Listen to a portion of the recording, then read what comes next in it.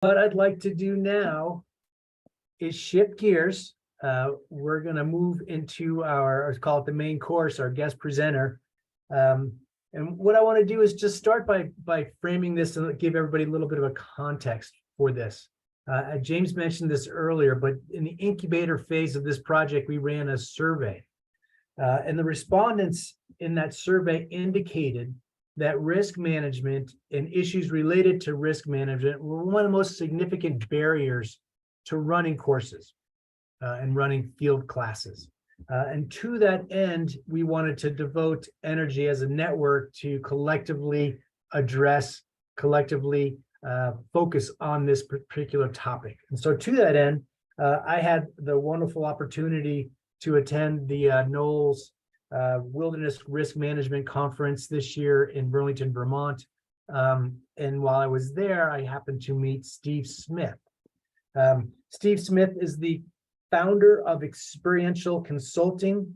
It's a risk management firm that uniquely serves outdoor and experiential education programs in schools.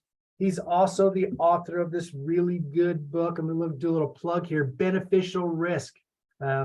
Y'all should have this on your shelves. It's a great book, well written, and it covers all sorts of great topics related to this. Steve's an outdoor educator, classroom educator. He used to teach English way back when. And Steve and I have the good fortune of overlapping at the same Outward Bound base camp back in the 90s, Odin Falls on the east side of the Central Cascades. And I've really enjoyed working with Steve over these last couple of months to sort of imagine what we could do here as a network and what we provide. And so Steve was willing to share. So with that, I'm going to turn it over to Steve and let you take it from here. And I'm stopping sharing so you can share, Steve. I think I need the power as a co-host so that I'm able to share. All right, who's got the power? Give me the power. All right, I think I'm good now. So let me get that going. And I'm hoping you're seeing my risk and rewards on the river slide. Does that look okay for folks? All right. Well, Andy, thank you so much. And I'd like to thank you and the steering committee and Matthew, especially in addition to you, Andy, for spending time with me over these last few weeks, bringing this talk together for the group. And I was grateful to hear everyone's presentations. I have to admit, having gone to grad school in English and spent all those years reading thousands of student papers and writing lesson plans for English composition, I'm very jealous of the work that you all get to do. And I'm very grateful for the impact, the positive impact that you're having on education and on the river ecosystems and the world at large. So thanks in advance for all that you're doing. It's my hope that the topics we talk about today inspire you and in some ways motivate you to be able to do even more of the meaningful work that you're doing. So it's great to be here with you all. So today we're going to talk about introducing to you some current practices, some current thinking, and probably tap into some stuff that many of you already know, but also introduce hopefully some new concepts to you as well.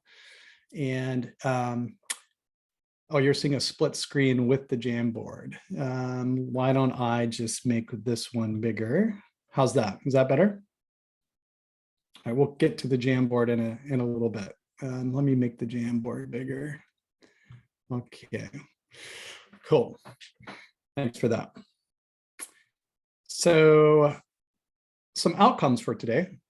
And before we do that, let me just poll the audience. And there's a little reaction button there at the bottom of your Zoom toolbar. So click on an appropriate reaction, either a like button or a thumbs up, or maybe whatever the reaction that occurs to you. If you feel that you are in a small program within a much larger institution, click on a reaction button if you've ever struggled to talk about safety and liability with your administration. How about if you've ever felt constrained and unsupported by the risk management policies and resources, or you felt afraid to ask about them? How about if you would like to feel like you don't have to keep flying under the radar at your school? I was in a small group with some folks, and they were talking about how they felt like their river programs and their education, their research programs sort of had to be in a place where they're asking for forgiveness rather than permission, because they were kind of afraid to get too engaged with the school's risk management department. So it's really truly my hope today that if you are in any of those categories, if you clicked any reaction buttons, that for today we can hopefully inspire some new thinking, encourage engagement and ongoing connection, and motivate you to take some action to follow up on the concepts that we talk about today. I'm going to stop sharing for just a second because I want to make sure that I have the this video that I'm about to play queued up.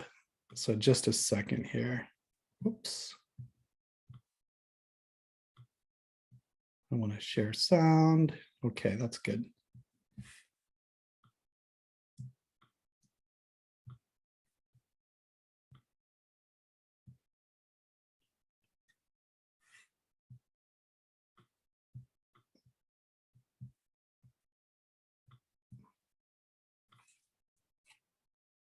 Okay, so let's keep going here.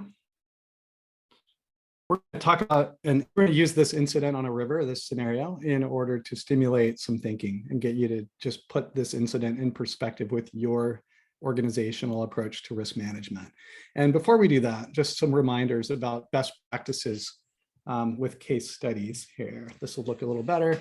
So, to maximize learning from case studies, let's remember that this incident we're about to watch is actually based on a real incident. So let's remember to be respectful and compassionate. It's probably best to avoid this mindset where you're thinking this would never happen to me, because in fact it did happen to a school probably somewhat like yours. And a better perspective to take is to try to put yourself in the shoes of the people who are a part of this scenario, and consider the many things that might have gone into this incident, and don't just leap to that simple solution of blaming the person who was closest to the incident itself. Does that make sense? Any questions? Okay. So let's take a look at this incident, this scenario. It's a little video. It's only a couple minutes long. If anyone's having any problems hearing this, or if it's not working for you, just raise your hand and I'll try to do something different. But I hope that this will play okay for you all.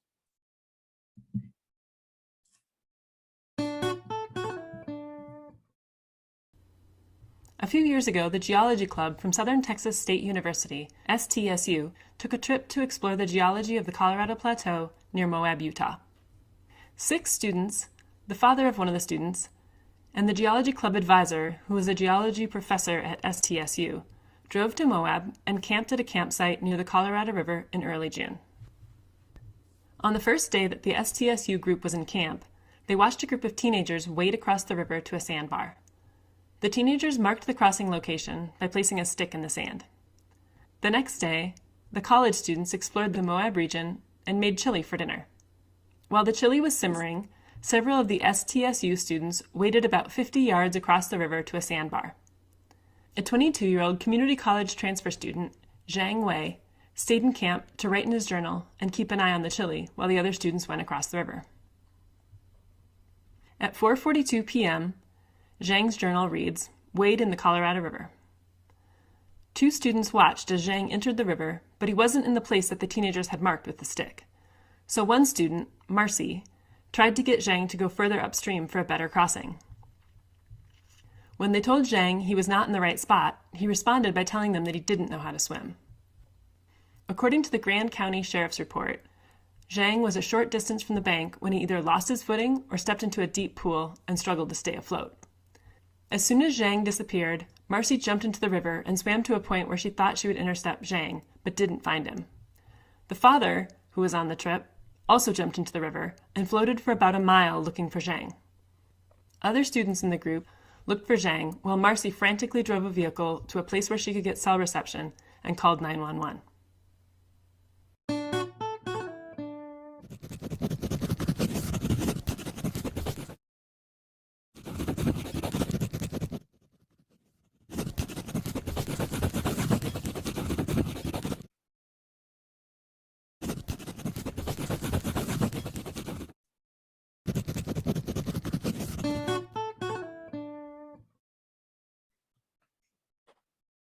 Okay, well, obviously a really unfortunate incident, and I hope reviewing that scenario wasn't traumatizing for anyone to imagine what occurred there.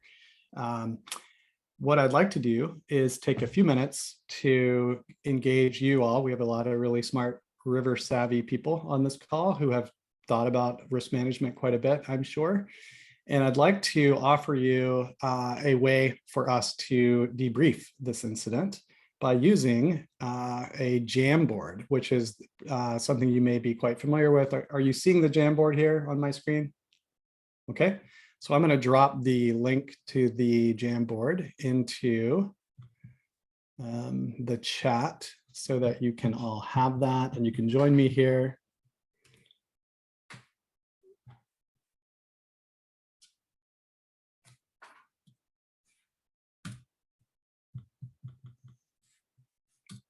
Okay, click on that link in the chat if you would. And you can join me in the Jamboard. And what I'd like to do is take just a few minutes here to stimulate some thinking about the incident that we saw. A little introduction to Jamboard for those of you who haven't used it. On the left side, you'll see a little toolbar. And about the fourth item down is a sticky note. And you can click on that sticky note and add your own ideas to the Jamboard. Annoyingly, they all populate to exactly the same place. So you need to grab your sticky note and move it to an open space on the board. My guess is we'll fill this page up pretty quickly. There's a second page. And to get to the second page at the top of the Jamboard, there is a navigation toggle. You can toggle to page 2. What can we learn from an incident like this? So these are the two questions. What made this incident possible? And what can we learn from an incident like this?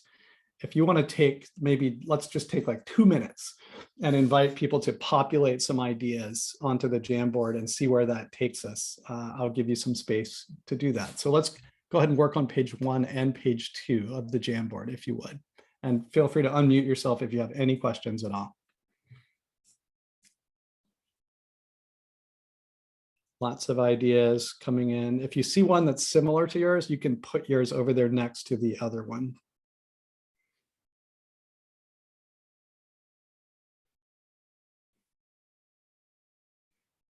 All right, lots of ideas coming in here. Let's look at page 2 as well. And thanks for some people who are already adding some thoughts about what we can learn from an incident like this.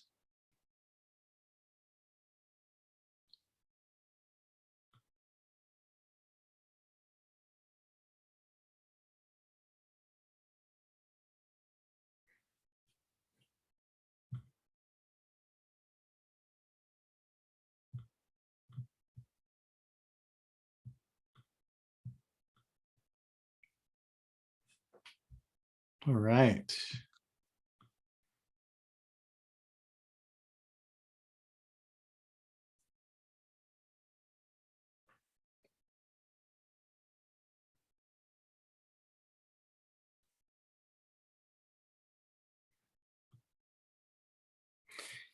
I can see from the sticky notes that are coming in that we obviously have a crew here who are very experienced in assessing and managing risk and managing people and striking that balance between managing things safely while getting your mission accomplished and getting your project accomplished. And that's always the tension, right?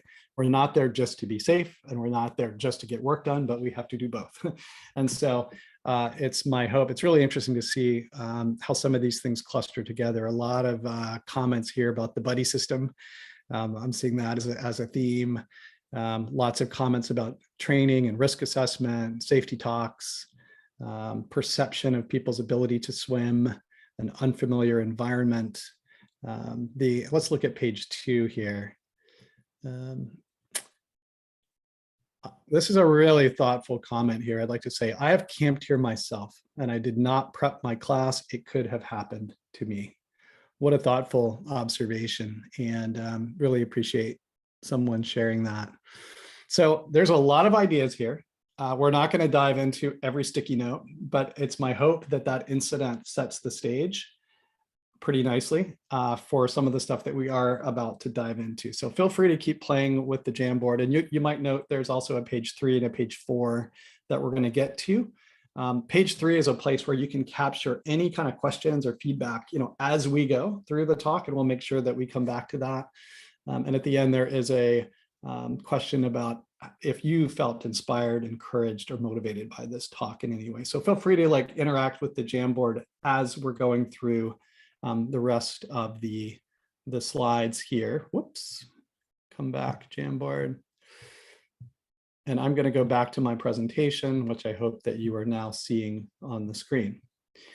Thanks for doing that. Interesting to start with a real life scenario that actually happened not too long ago. And I'd like to thank Angie Moline, who some of you may know, for making that beautiful risk management video for us. So let's start with the big picture here. And before we can talk about safety and risk management, maybe it's a good idea to define some terms.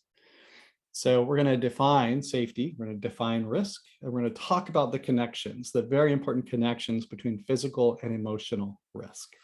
So I'd like to offer you a definition of safety.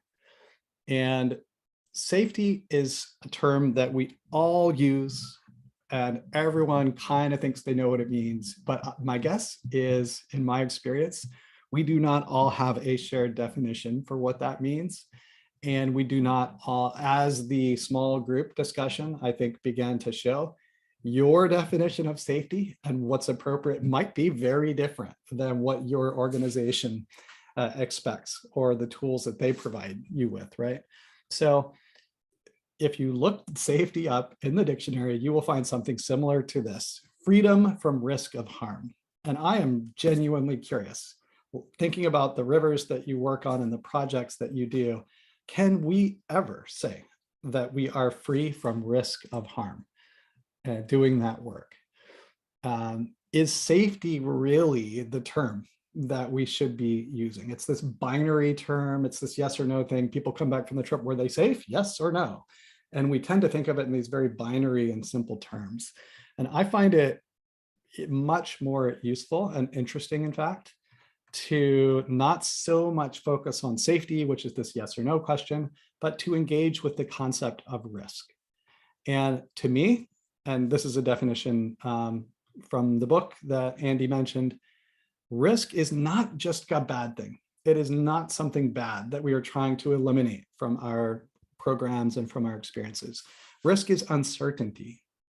It is uncertainty, and it has the potential for either loss or gain, as shown by the woman playing Jenga here, right? She has a chance to lose something or gain something by taking that risk. And the book that Andy mentioned has a title of Beneficial Risks, which is based on the belief that there are benefits to taking risks, and that we should not just be managing risk, but we should be optimizing risk and getting the positive parts out of the risk while managing the undesired parts. So I'd like to maybe encourage you, when thinking about how to talk about this stuff with your leadership and with your administration and with your organization, not just to settle for the simplistic word concept of safety, but to really talk more specifically about risk and how you manage it.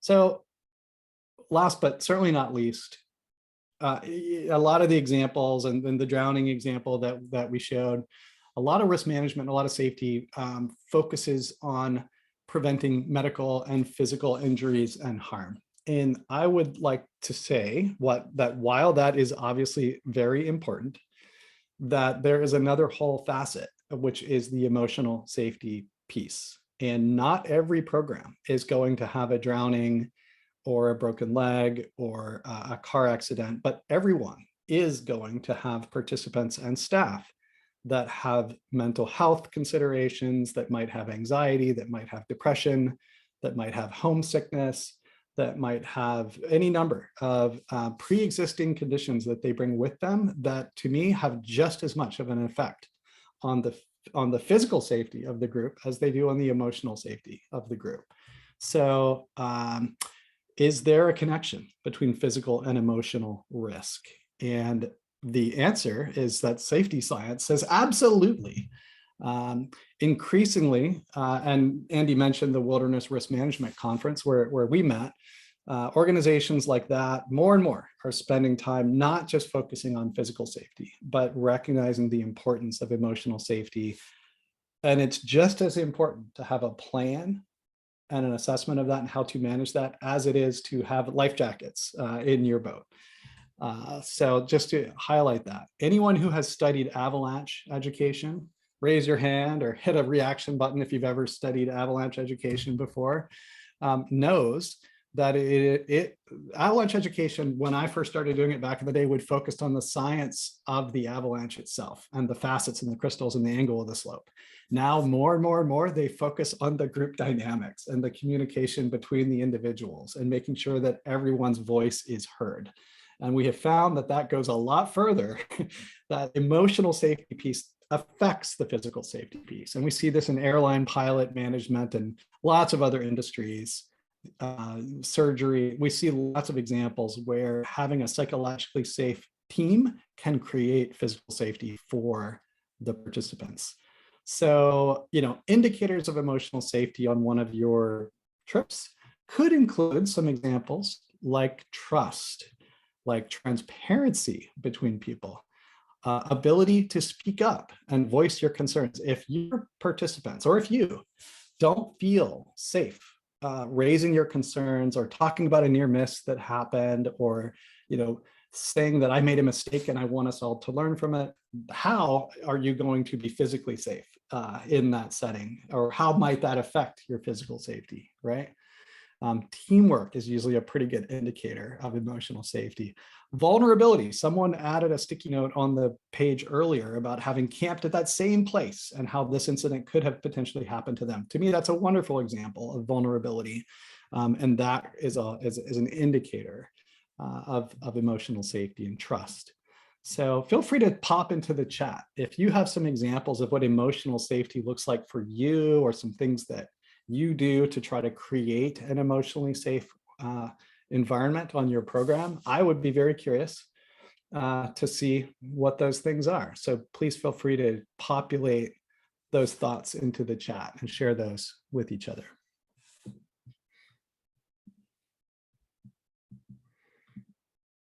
So another little nuance here, as long as we're thinking about this big picture where we're going today, you've probably seen some version of this slide before, and it's the idea of finding a sweet spot between challenge and skills and support.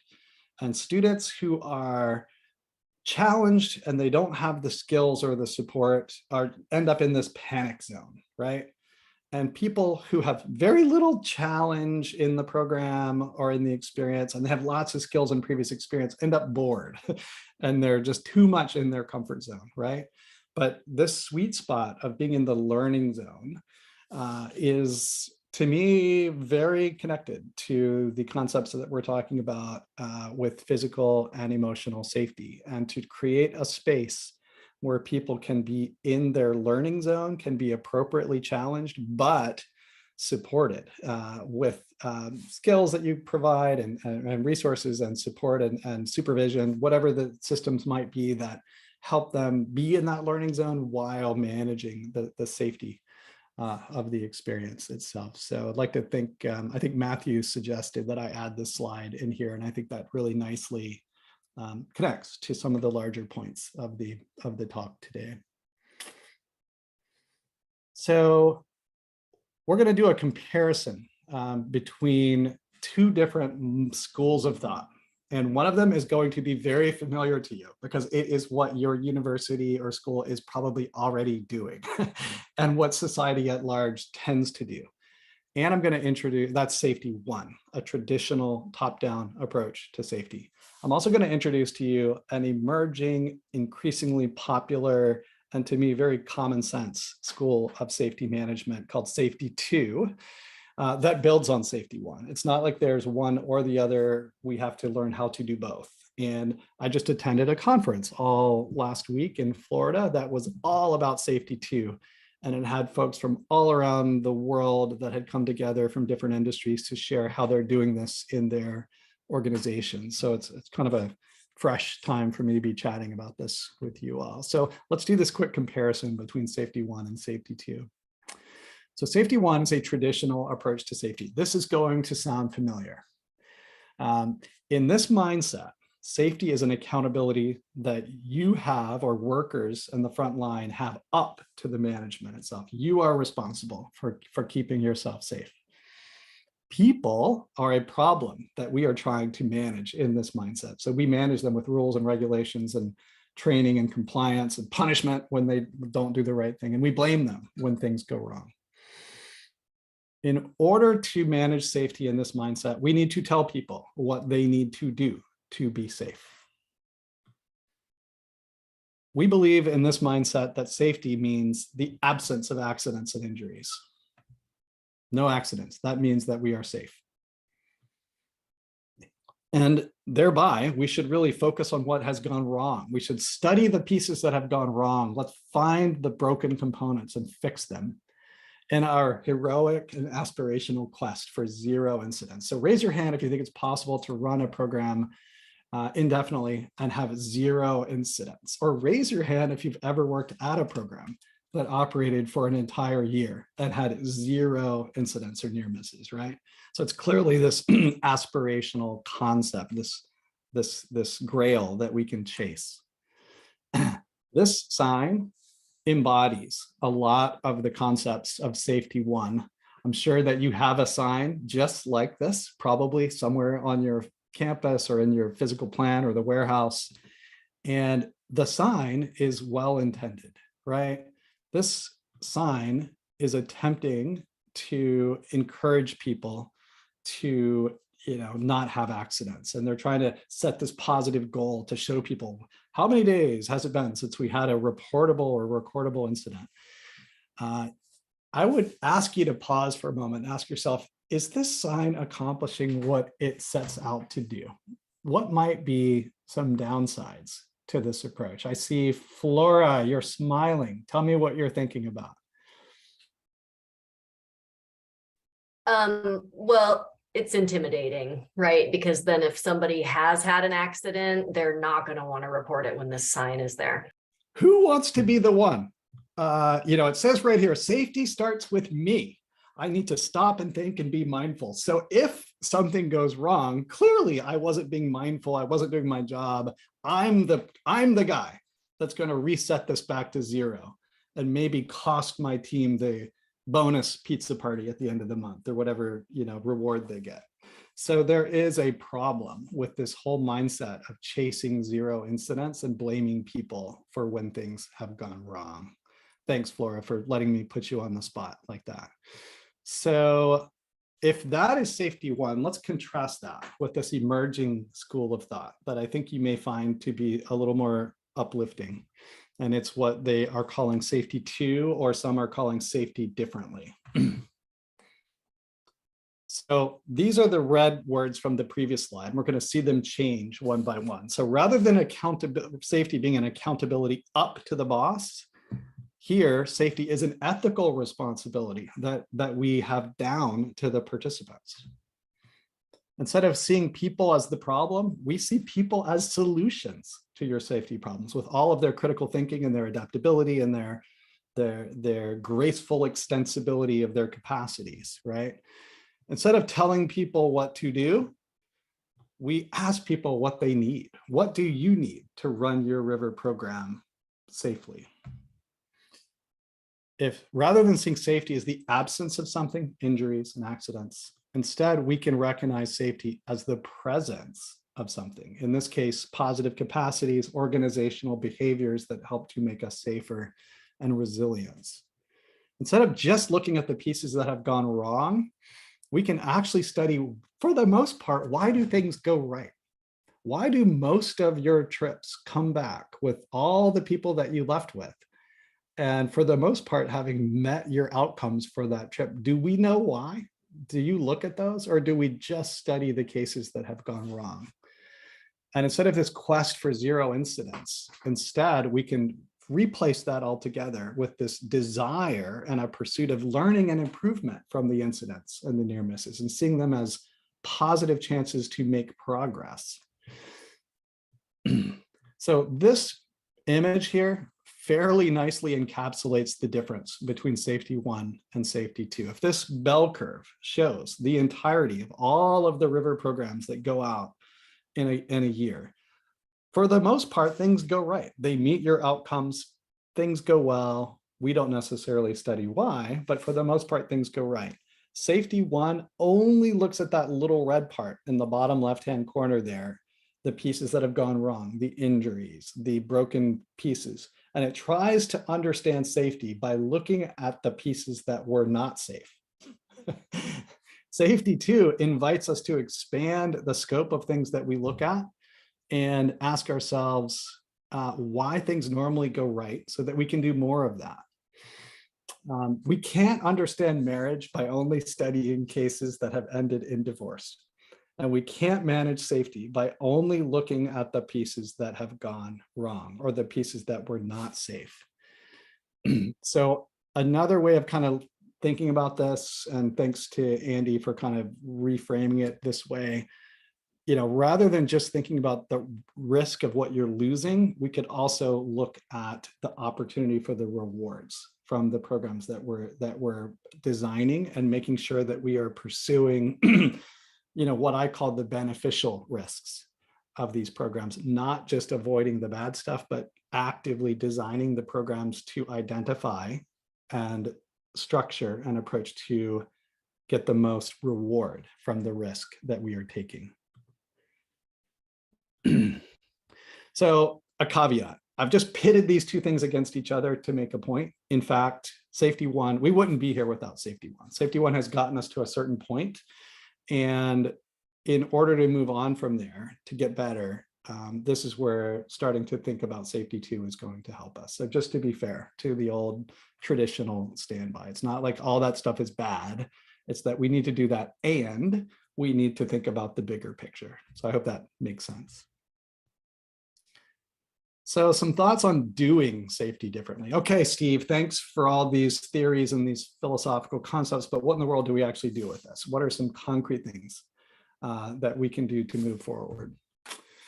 So the first one I would suggest is after every trip, after every program gets safely back to camp or to the parking lot or to your campus, you should ask this question: were we lucky or were we good? And it's nice to see some people kind of smiling and nodding their head at that question. Maybe you're already doing some version of that. Here's a nice example of a guy, and I would ask, was he lucky or was he good today?